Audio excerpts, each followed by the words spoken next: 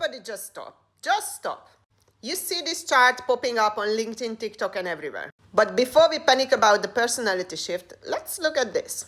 Because what we are now going to do is making claims that now we understand why the young generation is lazy.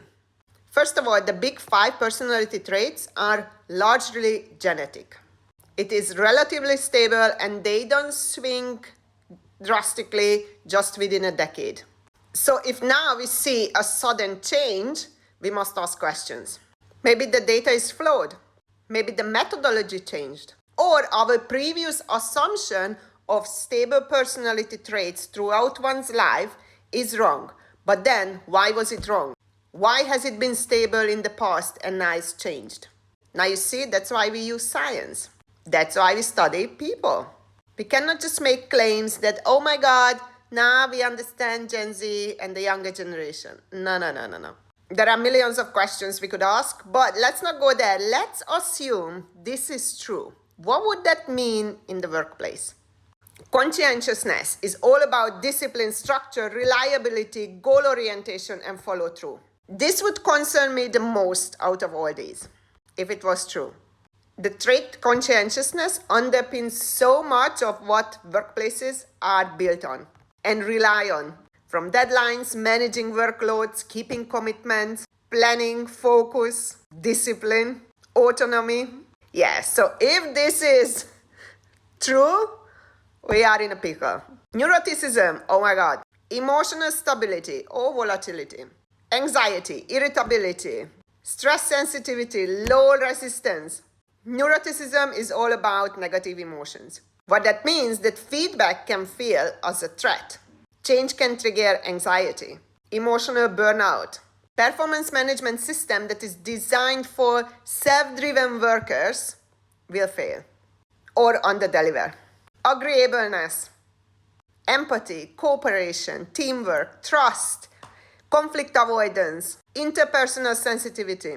What it means that people either avoid conflict or conflict will escalate very quickly. Teamwork, an absolute no. Collaboration will feel forced. And trust will not be given automatically until proven wrong, but will have to be earned.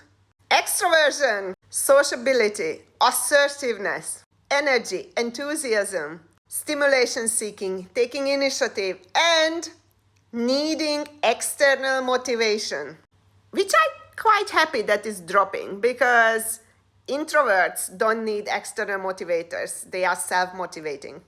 So this could actually be really good for the workplace. Well, pros and cons to everything. So it could mean that fewer people will speak up during meetings or volunteer for CSR activities, for example. Engagement narrative is out the window. It will feel flat.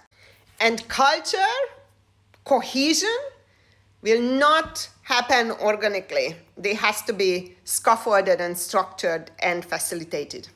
Because simply people just won't get together on their own. If this data holds up under scrutiny, we are looking at the making of a workplace that resembles a kindergarten.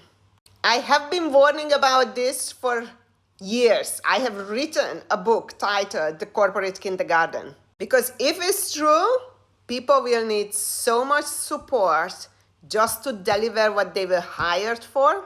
And I don't think we have enough resources or the capability to facilitate that. Now, once again, this data is highly questioned and we should. Would I say that do I see that in the workplace? Hell yes. But anecdotal and observational evidence is not evidence. It's just my observation, my opinion. Nobody cares. So before you run with this and making videos about it on TikTok and LinkedIn that, hey, oh my God, look what's happening with the workforce. I think this data will be thrown out within the next 1 or 2 months. Because the variables to these personality traits are very complex. For example, social mirroring. Are people just really echoing what society is saying? What they see on social media? We heard about negative bias, right? Which leads to higher neuroticism and lower agreeableness. Well, that's why you study psychology, so you can question all these. I'm not saying it's not true. I'm just saying that there is more to that than just publishing this and then start making claims based on a chart where we don't even understand where the data is coming from or how it's been done. You're welcome.